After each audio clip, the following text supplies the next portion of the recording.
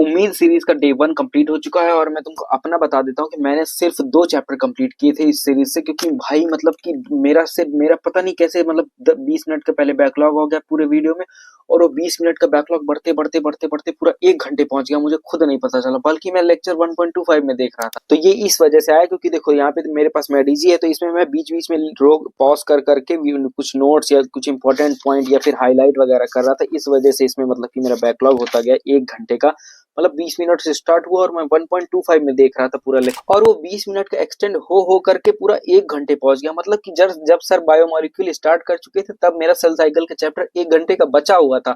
तो मतलब कि मैंने सिर्फ और सिर्फ 2 चैप्टर ही कंप्लीट किए थे, बायोमोलिक्यूल मैंने छोड़ दिया था क्योंकि मैंने सोचा कि भाई अब मैं उस समय तक टाइम हो चुका था 3:30, तुम यहाँ पे फोटो देख सकते हो, मतलब मेरी हालत एकदम पागलों जैसी हो गई थी, मेरी आंखें तो एकदम जवाब देने लगी थी। जब मैं सुबह उठा हूं तो मैंने कम्युनिटी में डाला है कि देखो मतलब एक आंख मेरी ऐसे ऐसे में बंद करके बैठा था और चाय कॉफी पी रहा था। तो मैं तुमको बताने वाला हूँ इसमें कंटेंट का लेवल। तो देखो सर जो कंटेंट का लेवल दे रहे हैं, मतलब कि इस तरीके का कंटेंट मैंने सर के प्रचंड लेक्चर से भी किया है और सर के मतलब कि लॉन्ग लेक्चर जो यकीन में होते हैं उनसे भी किया है। दोनों दोनों लेक्चर से मतलब कि जो सर दे रहे हैं यहाँ पर उम्मीद सीरीज में, वो भाई टॉप क्लास का दे रहे हैं। मतलब कि इतने में तुम मतलब कि ये मान के चलो कि इतना सिर्फ अगर तुमने पढ़ लिया ना, तुम्हारे 355 नंबर से, सर तो 350 बोल रहे थे, अगर तुमको एक एक बात याद रही तुम्हारे 355 नंबर से कम नहीं आ सकते कि एक ना एक क्वेश्चन, क्योंकि इस वजह से कट सकता है स्टेटमेंट बेस्ड तुम ना समझ पाओ या फिर वो मेरिट बेस्ड वाला क्वेश्चन आ जाए आउट ऑफ एनसीईआरटी या इस तरीके से, वरना इससे 100% क्वेश्चन आने वाले हैं, इतना मैं गारंटी दे रहा हूँ। क्योंकि मैंने मतलब कि सर के प्रचंड लेक्चर भी किए हैं, यकीन के लॉन्ग लेक्चर भी किए हैं, और यहाँ पे मतलब एक एक चीज, कुछ कुछ चीजें तो यहाँ पर ऐसी हैं जो यकीन में भी सर ने एक्सप्लेन नहीं की हैं, वो तक चीजें यहाँ पे सर बता रहे हैं। और मैं तुमको एक सजेशन दे रहा हूँ, अगर तुम्हारे पास भाई मेरे बॉटनी की मेडिसिन नहीं है, इसको मंगा लो, तुम्हारी नैया पार हो जाएगी। मतलब कि तुमको इतना भयंकर वाला सेटिस्फेक्शन मिलेगा ना कि एक एक पॉइंट यहाँ से मिलता है, बस कुछ पॉइंट, चुनिंदा पॉइंट, मतलब मान के चलो एक पेज में ज्यादा से ज्यादा तुमको 2 या 3 स्टेटमेंट बस लिखने पड़ेंगे और मेडिजी में ही तुम मतलब कि हाईलाइट करते जाओगे, समझे।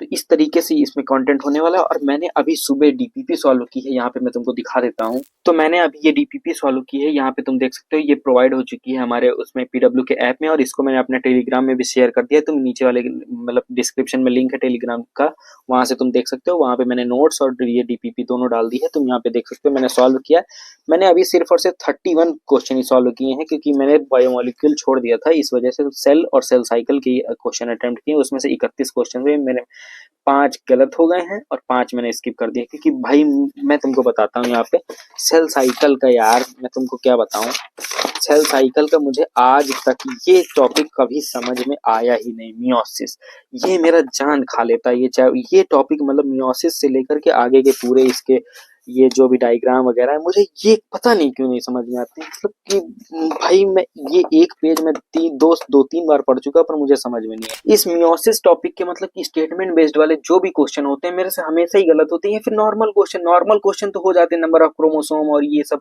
पर अगर थोड़ा सा भी पूछा कि कौन सा स्टेप होगा क्या नहीं होगा, तो उस जगह पर मेरे से मतलब कि एकदम गलत हो जाता है।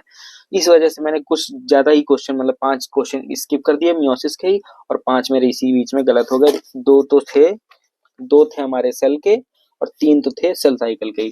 वही सेल साइकिल चैप्टर के मियोसिस वाला टॉपिक मतलब कि मेरे दिमाग में बहुत कम समझता है, लेकिन कम घुसता है।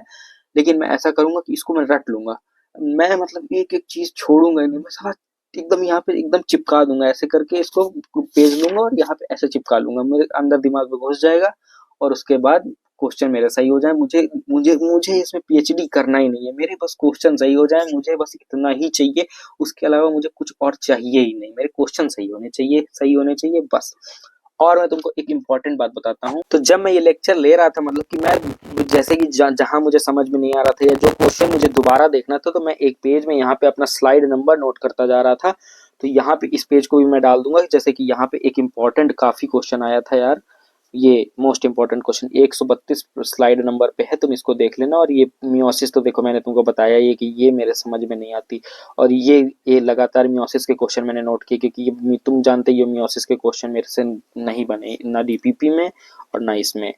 तो ये मैंने यहाँ पे नोट किया था, इस पेज को भी मैं टेलीग्राम में डाल दूंगा, तो तुम भी देख लो। तो ये स्लाइड नंबर मैंने इस बेसिस पे नोट की है कि मतलब इस इन स्लाइड्स में या फिर ऐसे कंट्रोवर्शियल क्वेश्चन या फिर मतलब कि जो ऐसे होते हैं जो गलत होने के ज्यादा चांसेस रहते हैं, या फिर कुछ ऐसा एक्सप्लेनेशन सर ने बता दिया, इस तरीके से मैंने स्लाइड नंबर बस नोट किया है। तो तुम भी मतलब कि जब लेक्चर करना तो कुछ ऐसे स्लाइड नंबर या फिर अपने अकॉर्डिंग जो भी तुमको याद रहे उस अकॉर्डिंग टॉपिक वगैरह लिख लिया करो, जिससे कि मतलब बाद में तुम्हारे पास एक बफर रहे।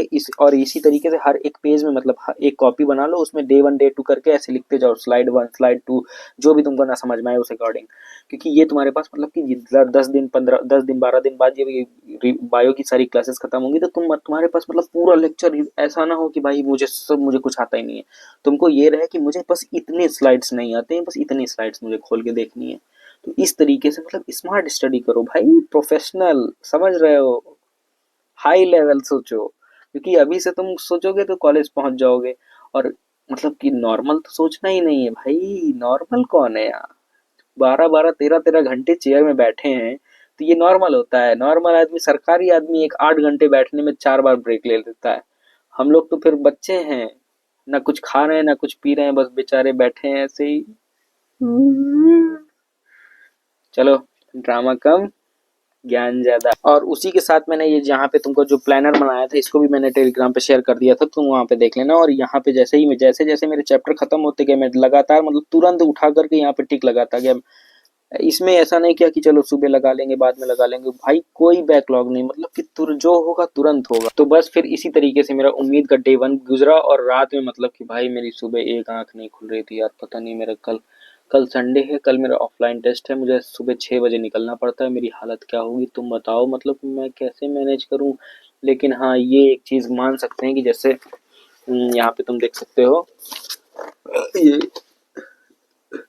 4 चैप्टर आने वाले हैं, living word, biological classification, plant kingdom, animal kingdom. इसमें से 2 स्टार्टिंग के तो मेरे इतने मतलब इतने अच्छे से मैंने इनको चाट रखा है ना, जैसे तुमने आइसक्रीम भी उतने अच्छे से नहीं खाई होगी, उतना अच्छे से मैंने इन चैप्टर्स को खा रखा है। मतलब एक एक मेरे दांत में घुसे हुए हैं, समझ लो। बायोलॉजिकल क्लासिफिकेशन, लिविंग वर्ड और प्लांट एनिमल किंगडम भी। प्लांट किंगडम भी मतलब ये 60% मेरे दिमाग में है, बस रिवीजन हो जाएगा उतना अच्छा है।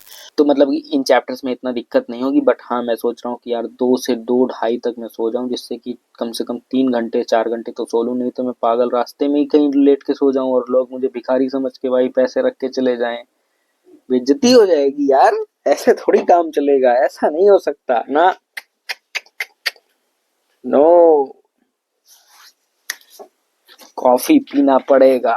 सुबह मम्मी से कहेंगे मम्मी 2 3 पैकेट मुझे कॉफी पिला दो, जिससे कि मैं पेपर तो कम से कम दे के आ जाऊं, उसके बाद घर में आके घर के गेट में ही सो जाऊंगा। क्या कहते हो? अरे सो नहीं सकते यार, 5 बजे से फिर से क्लास चलेगी, और अगले दिन कौन से मतलब संडे की रात में कौन से चैप्टर है? Photosynthesis higher plant, respiration in plant and plant growth and development, मतलब 3 चैप्टर, तीनों धांसू। हाय बाप रे, क्या होगा क्या नहीं होगा, 10 दिन कैसे जिएंगे, मतलब जिंदा रह पाएंगे कि नहीं 10 दिन बाद, बस तुम देखते जाओ अब क्या होता है। चलो अब चलते हैं, अब जा रहा हूँ मैं बायोमोलिक्यूल का चैप्टर कंप्लीट करने, और उसके बाद मुझे 1 घंटे की नींद लेनी पड़ेगी, क्योंकि मैं 3:30 पे सोया था, 7 बजे उठ गया था भाई, मेरी 3 3 घंटे के आसपास ही नींद हुई है। मतलब आंखें मेरी, ये वाली आंख मेरी जल रही है, ये वाली नॉर्मल है, और यही वाली सुबह नहीं खुल रही थी। तो मुझे इसका थोड़ा ख्याल रखना पड़ेगा। विपिन विपिन सर तो मतलब उन्होंने तो एकदम हद पार कर दी भाई, 5 बजे से अपनी सूसू रोक के रखे हैं, हम क्या देखें। मतलब हम सोच रहे थे कि थोड़ा सा ब्रेक मिलेगा, थोड़ा सा जाएंगे सर कहीं चाय वाय पीने, वो तो मतलब उनको चाय आती जा रही है, पानी पीते जा रहे हैं, कुछ हो ही नहीं रहा। ये टैलेंट तो लेना चाहिए विपिन सर से, इस चीज की तो मैं तारीफ करता हूँ। हमको तो साला 3 घंटे के बीच में क्या पता एक बार जाना ही पड़ जाए। चलो चलते हैं अब बायोमोलिक्यूल कंप्लीट करने, कर लें, 3 घंटे का है, 2.5 घंटे में लगभग कर लेंगे।